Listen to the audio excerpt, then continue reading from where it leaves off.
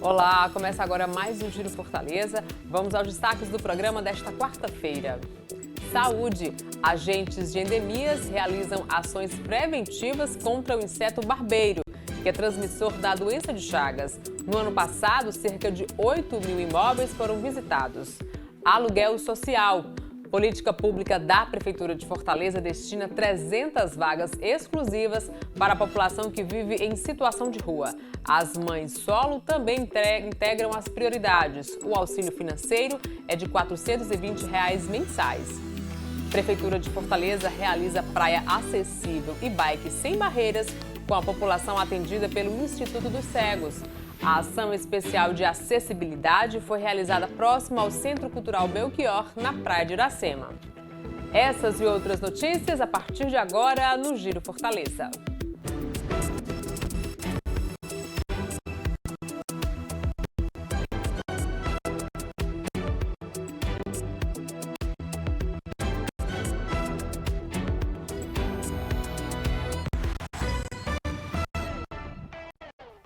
O Giro de hoje abre falando de saúde. A Prefeitura de Fortaleza realiza ações preventivas contra o inseto barbeiro, que é transmissor da doença de Chagas. No ano passado, cerca de 8.000 visitas foram realizadas pelos agentes de combate às endemias. Seu José trabalha como vigia neste imóvel na Serrinha. O terreno, que já abrigou uma tecelagem, hoje é depósito de máquinas antigas. O local recebe periodicamente a visita de agentes de endemias que fazem uma varredura à procura de insetos vetores de doenças. Uma vez, encontraram um barbeiro. E sempre eles estão aqui passando e dando uma olhada, e virando as coisas ali e olhando. E aí diz que está tudo ok, quando eles não acham, né? Aí diz que está tudo ok, né? E vão passando. E para mim é uma beleza. Eu fico mais protegido e outro que evita, né? Então é de me pegar, porque eu vivo aqui dia e noite. A Secretaria da Saúde realiza constantemente ações preventivas e de combate ao barbeiro, inseto transmissor da doença de Chagas. Na capital, Serrinha e Itaperi são os bairros onde o trabalho é intensificado. Os agentes vão com frequência nesses locais, se encontram parecidos, porque principalmente na época de chuva, a gente tem alguns outros mosquitos, né, vamos dizer assim, outros vetores que possam parecer, mas não são hematófagos como os triatomíneos ou barbeiros. Então, enfim, a gente coleta, faz a identificação da espécie e, dependendo dessa identificação, se for positivo ou houver o risco, aí sim a gente faz uma ação de controle. Essa ação de controle geralmente é usando produtos químicos para que possa fazer a eliminação e o controle desses animais. E aí, identificando aquela área como área de risco, você tem um olhar diferenciado e você faz uma visitação mais intensa, com maior frequência. Em 2022, foram realizadas 8.435 visitas domiciliares e constatada a presença do inseto em 13 residências. Até abril deste ano, 1.901 imóveis foram pesquisados. Encontraram o barbeiro em 2. Quando capturado, o inseto suspeito é coletado para exames de classificação da espécie. Depois, são feitas análises no laboratório com a ajuda do microscópio para identificar se realmente é o triatoma rubrofaciata, transmissor da doença de Chagas, e se ele está infectado. Fortaleza não é uma cidade que sofre, vamos dizer assim, com a doença de Chagas, mas ela pode representar um risco. E o risco maior quando a doença ela tem pouca circulação é porque a sensibilidade do sistema público é menor. Então, como você não lida muito, você não espera encontrar, muitas vezes a pessoa acessa e você não tem aquele cuidado, aquele olhar para que possa ser aquela doença. Então, a população ela só tem que ficar atenta nisso realmente, a presença do barbeiro. Ah, tenho dúvida, não sei se é o barbeiro.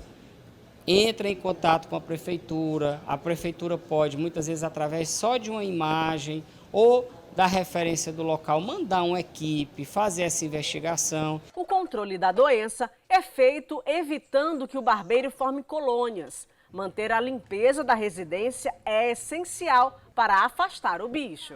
É mais comum que a gente encontre eles em locais mais escuros, perto de árvores, onde você tem, por exemplo, lixo, acúmulo de entulho, A gente se lembrar nos estudos, quando a gente falava, porque é uma doença mais rural do que urbana, a gente lembra muito da associação do barbeiro com aquelas casas de taipa, casas feitas de barro, onde eles ficavam naquelas frechas, naqueles locais entre a madeira e o barro, se escondendo. Então, eles procuram esses locais para se esconder. Então, locais mais iluminados, onde eles não possam se albergar, dificilmente ele vai ser usado para que eles fiquem fazendo intensidade, manifesto e colônia. Ainda falando de saúde, nós estamos no Junho Laranja, mês de luta contra queimaduras. O IJF, que é referência no tratamento de vítimas de queimaduras, alerta para a prevenção dos acidentes. Azaf sofreu um acidente na piscina. Ele queimou parte da perna no aquecedor. Acompanhado pela mãe, agora está em tratamento no setor de queimados do IJF. O IJF ele é referência, né, no estado do Ceará em questão de queimados. Então, assim, eu fui muito bem atendida aqui e super indico quando tiver queimaduras, porque aqui é a referência do estado do Ceará. Então, assim, eu fui muito bem atendida, muito bem acolhida, os profissionais excelentes, não tenho nada que reclamar. Tá confiante aí para a recuperação? Sim, tô. O Junho Laranja tem o objetivo de promover a prevenção contra queimaduras. Neste mês, o Instituto Dr. José Frota realiza uma série de ações educativas em escolas e empresas, além de visitas técnicas, panfletagem e atividades culturais. Aqui no IJF, a campanha foi lançada na área de convivência do hospital. O chefe do núcleo de queimados, Breno Pessoa, faz um alerta para essa causa. Segundo ele, a maior parte dos casos que chegam ao Instituto são de queimaduras por líquidos quentes. Esse primeiro semestre foi muito alta a incidência de queimaduras em crianças. É redobrar os cuidados com a criança no ambiente em que tem alguma fonte de calor, né, na cozinha, onde ela possa estar ali de repente puxando uma panela, né, sempre guardar o cabo da panela para dentro do fogão e de preferência não deixar a criança brincar nesses locais, onde haja alguma fonte de calor, porque elas são mais vulneráveis às queimaduras. Apenas nos 4 primeiros meses deste ano, as equipes multiprofissionais do Núcleo de Queimados do IJF já acolheram mais de 1.100 novos pacientes. A unidade conta com médicos, clínicos e cirurgiões, equipes de enfermagem, fisioterapeutas, terapeutas ocupacionais, psicólogos, assistentes sociais e nutricionistas para o atendimento integral e em plantão permanente. O JF ele possui o único centro de queimados do estado, né? É um andar todo, que é o 7º andar, e ela conta com todas as especialidades, ou boa parte das especialidades e profissões que lidam com queimaduras, né? Desde cirurgiões plásticos até o corpo de enfermagem, que é muito extenso, muito atuante, né? Nos cuidados com as queimaduras, que cuida das feridas, né? Estomaterapia, fisioterapia, terapia ocupacional. Então a gente tem todas essas profissões que lidam diretamente com as queimaduras. Esse ano em especial, a Sociedade Brasileira de Queimaduras, ela está tendo um enfoque principalmente nas queimaduras elétricas. E ao longo de todo o mês a gente vai dar palestras, né? Organizou um simpósio para falar tanto de tratamento como de prevenção de queimaduras aqui no IJF. E da mesma forma a gente vai visitar algumas instituições, alguns comércios ou mesmo fábricas para dar orientação sobre prevenção de queimaduras. A Prefeitura de Fortaleza desenvolve uma série de políticas públicas voltadas para a população que vive em situação de rua. Uma delas é o aluguel social, que também tem como prioridade as mães solo.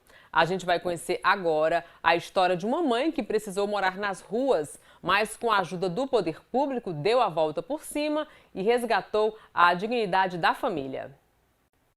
Uma casinha simples e o aconchego do lar é tudo o que Leiliane precisa para ser feliz. Por quase um ano, ela, o marido e as filhas tiveram que encarar a realidade de não ter onde morar. As ruas do centro eram a moradia da família. O triste retrato da vulnerabilidade social. Cheguei a morar também de favor, aí de repente pediram a casa de volta, que não era minha. Para poder vender, eu tive que ir para a rua. Quanto tempo mais ou menos tu ficou na rua? Quase um ano. Aí eu pedi para favor para poder ficar com elas, né? Aqui na casa de conhecidos, amigos, conhecidos, né? às vezes primas, para poder passar uns dias, para poder não ficar tanto na rua. A transformação de vida começou aqui no Centro Pop. É para cá que eles vinham todos os dias para ter acesso à alimentação, higiene e, consequentemente, a programas sociais. A usuária tem que ser cadastrada no equipamento, um cadastro inicial. E aí a técnica avalia toda a condição dela de conseguir gerir o recurso. Daí ela fica em acompanhamento para conseguir o aluguel social. Depois que é feito todo esse acompanhamento, que ela tem condição de gerir, ver as crianças na escola, tem toda uma preparação para conseguir o recurso. É encaminhado para a SDHDS e lá outra técnica, assistente social, ela vai rever o relatório e daí a pessoa é contemplada com aluguel social. Ela fica num equipamento por 6 meses, em acompanhamento direto, dizendo as demandas dela, as dificuldades. Após esse momento aí de 6 meses do tempo, ela é direcionada a um CRAS do território onde ela já reside, que aí fica de acordo com o bairro que ela mora. Em maio do ano passado, Leiliane foi cadastrada no programa de locação social e desde então, todos os meses, recebe auxílio mensal no valor de R$ 420.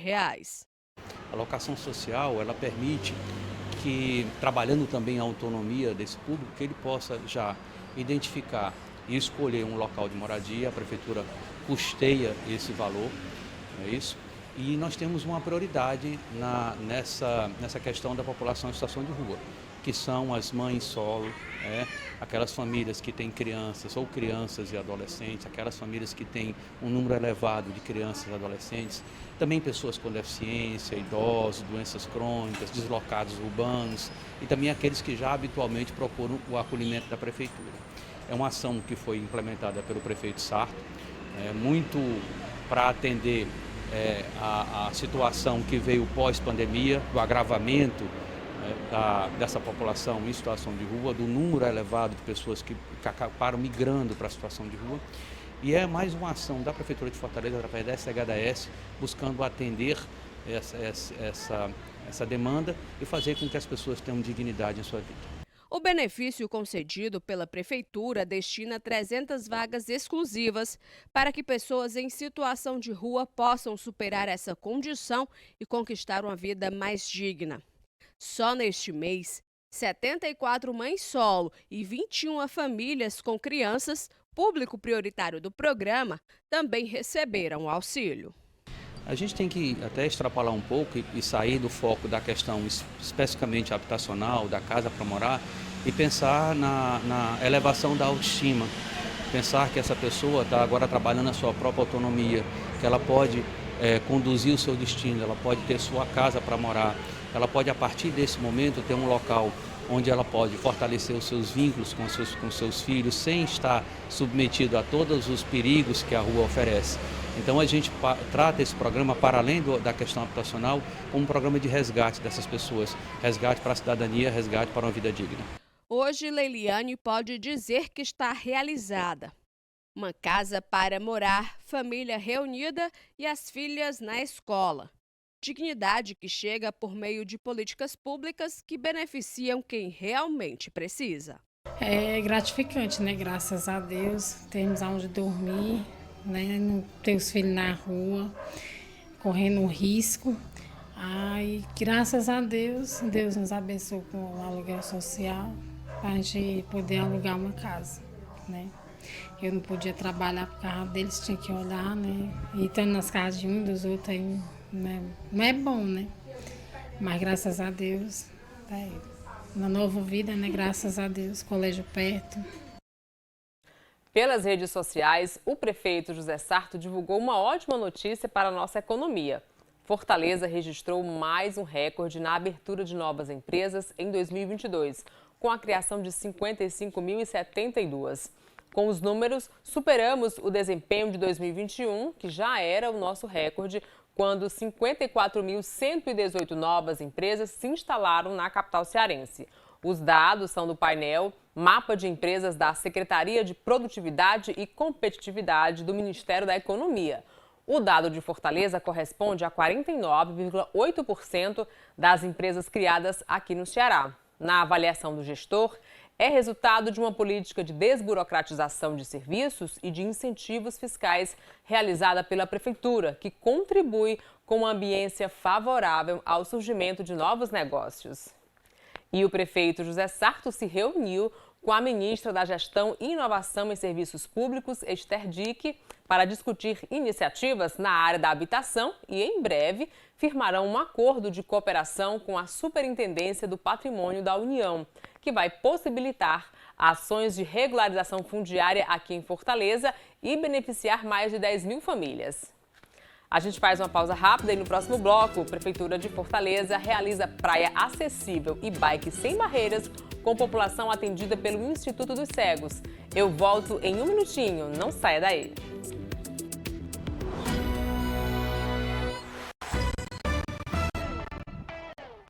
Giro de volta, a Prefeitura de Fortaleza recebeu a visita técnica da Câmara Municipal de Maracanaú. Foram apresentadas as atividades desenvolvidas pelas áreas temáticas da Controladoria Geral e Ouvidoria do município.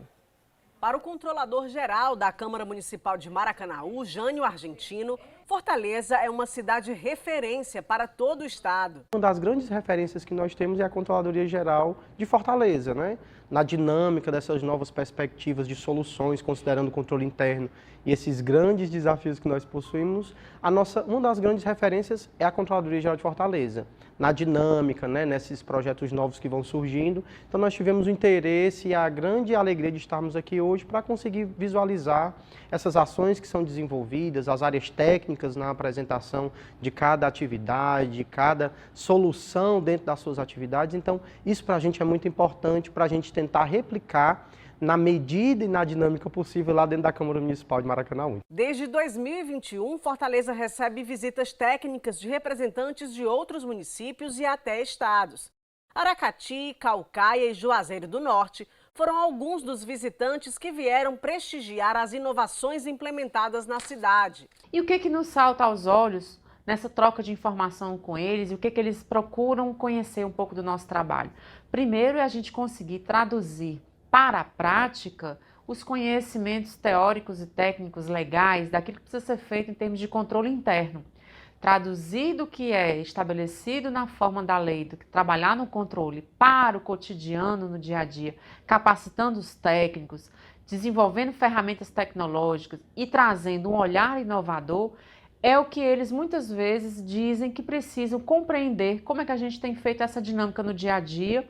Aqui no município de Fortaleza, a gente tem hoje um corpo técnico na CGM, que está também, cada vez mais agora, indo para outros órgãos para fortalecer esse trabalho técnico. Então, esse novo momento que nós vivemos, onde a gente contribui para que órgãos como a SDHDS, a SDE, a Saúde, a CEPOG, possam contar com técnicos da CGM, fortalecendo atividades técnicas, fortalecendo o controle interno, isso nos deixa muito felizes e motivados a avançarmos cada vez mais. E Fortaleza foi classificada para a final do 2º Prêmio Serpro de Privacidade e Proteção de Dados do Governo Federal. A conquista se deve ao Game LGPD, uma iniciativa desenvolvida por estagiários e monitores do programa Juventude no Controle, da Controladoria e Ouvidoria Geral do município. Você sabe quais são os tipos de dados presentes no artigo 5º da Lei Geral de Proteção de Dados Pessoais, a LGPD? Maia Anderson, Tássila e a Vitória criaram um jogo digital para que cidadãos e servidores compreendam melhor a legislação. Era uma coisa que a população já não conhecia muito a fundo, por ser uma lei recente, e também tinha algumas dificuldades até mesmo para o servidor poder entender. Então, peguei essa ideia, fiz todo o processo de pensar numa taxonomia, pensar numa jogabilidade, pensar em como eu trago um assunto tão denso de uma forma simplificada, lúdica e divertida. Então, eu, mais os meus outros colaboradores, tivemos essa ideia do hashtag GameLGPD. Eu produzo todos os assets, tudo que compõe o jogo, tanto em pixel art, quanto ilustração, definição de personagem, características, histórias e tudo mais. É toda essa parte de conceituação da arte que envolve no jogo, sou eu que faço. E implemento também dentro do jogo com um pouco de programação, com ajuda da minha programadora, claro. E o processo é bastante instigante. Eu tô muito feliz, na verdade. Estou muito satisfeita que tenha dado tudo certo. O game propõe uma abordagem lúdica, didática e intuitiva sobre a LGPD. O projeto foi inscrito pela Controladoria Geral do município na segunda edição do Prêmio SERPRO de Privacidade e Proteção de Dados do Governo Federal. A iniciativa procura identificar, reconhecer e disseminar boas práticas e ações de impacto em privacidade e proteção de dados pessoais. A secretária-chefe do CGM, Cristina Machado, ressaltou a importância da plataforma para um melhor entendimento da LGPD. Desde o início do programa do Juventude Digital, né, que a gente vem tentando a parceria com a City Nova para que a gente possa trazer os jovens e criar oportunidade para que a gente possa estar agregando o conhecimento da tecnologia, da inovação, com o conhecimento técnico das nossas equipes. Esse olhar, essa interação dos jovens com as equipes técnicas traz uma oportunidade de muita modernização, de um olhar novo, do olhar do que a gente pode trazer de solução e, principalmente, muitas vezes, trazer a sensibilidade daquilo que o cidadão quer, né? Então, nós começamos inicialmente com Juventude na Escuta e depois passamos para o Juventude no Controle, que hoje nós contamos com mais de 10 estagiários do Juventude Digital dentro das áreas técnicas e eles são anualmente estimulados a desenvolver projetos e soluções. Nós tivemos aí 3 jovens que desenvolveram a solução de games. E aí, isso também é uma inovação, porque gerar conteúdo para que a gente possa estar traduzindo um pouco para uma linguagem simples, esses conteúdos tão, às vezes, difíceis de entender da administração pública, para o servidor, para o cidadão, trazer isso numa linguagem moderna, associando games, campanhas de comunicação, soluções modernas com aplicativos, isso traz uma nova cara para o serviço público. A gerente da Célula de Atendimento e Resposta da CGM, Silvia de Paula, destacou o desafio que foi lançado entre os jovens idealizadores do game. Lancei esse desafio para eles, toparam, o projeto ia estar pronto somente em julho, mas como a gente precisava que estivesse pronto até o 18 de maio, que foi o dia da inscrição, eles toparam e terminaram o projeto, nós fizemos a inscrição e fomos classificados, né, na categoria de a experiência do titular e estamos concorrendo. O resultado do concurso será anunciado no dia 15 de junho, às 2h30 da tarde, em Brasília. A cerimônia será transmitida ao vivo pelo canal do SERPRO no YouTube. Estou bastante feliz com o resultado. Eu nunca imaginaria que em 1 ano e meio de jogos digital pela Prefeitura de Fortaleza a gente conseguiria chegar tão longe quanto a gente chegou. E eu espero que logo, logo isso sirva de referência para os próximos que vierem depois da gente também possam trabalhar com jogos na Prefeitura, ter seus estágios, ter suas bolsas. E eu espero que nós podemos ser a referência dos próximos que chegarão. Com certeza. Boa sorte aos nossos finalistas. A gente faz mais uma pausa rápida e volta em instantes. Não saia daí.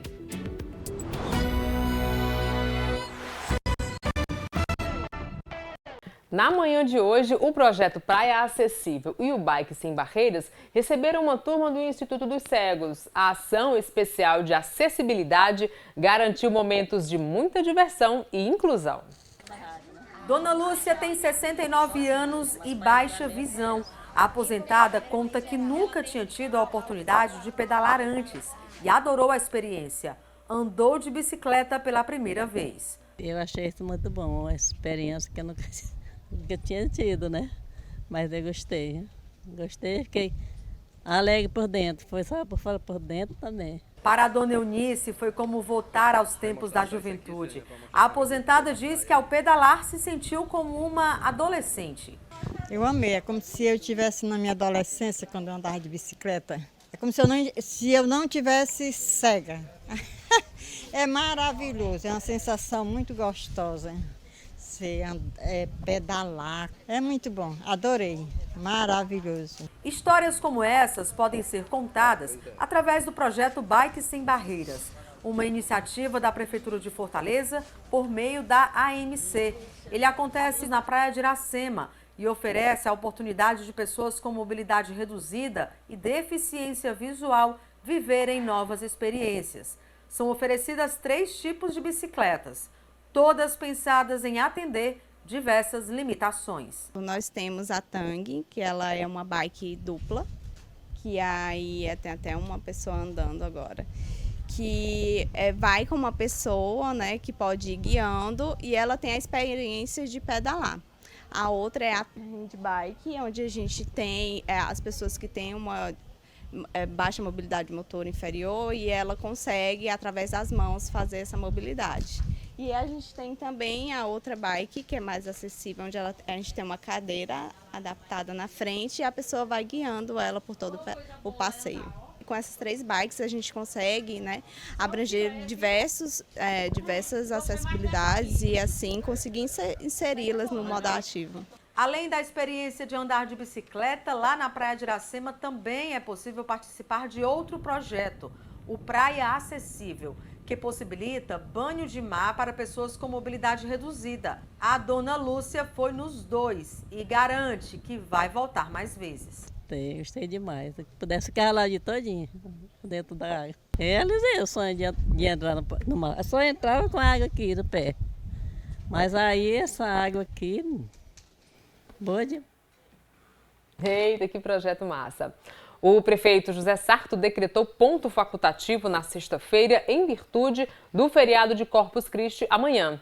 A decisão foi publicada no Diário Oficial, lembrando que o decreto não afeta o funcionamento de serviços essenciais, como assistência de saúde, urgência e emergência, socorros urgentes, limpeza pública, fiscalização e orientação de trânsito, segurança e salva-vidas.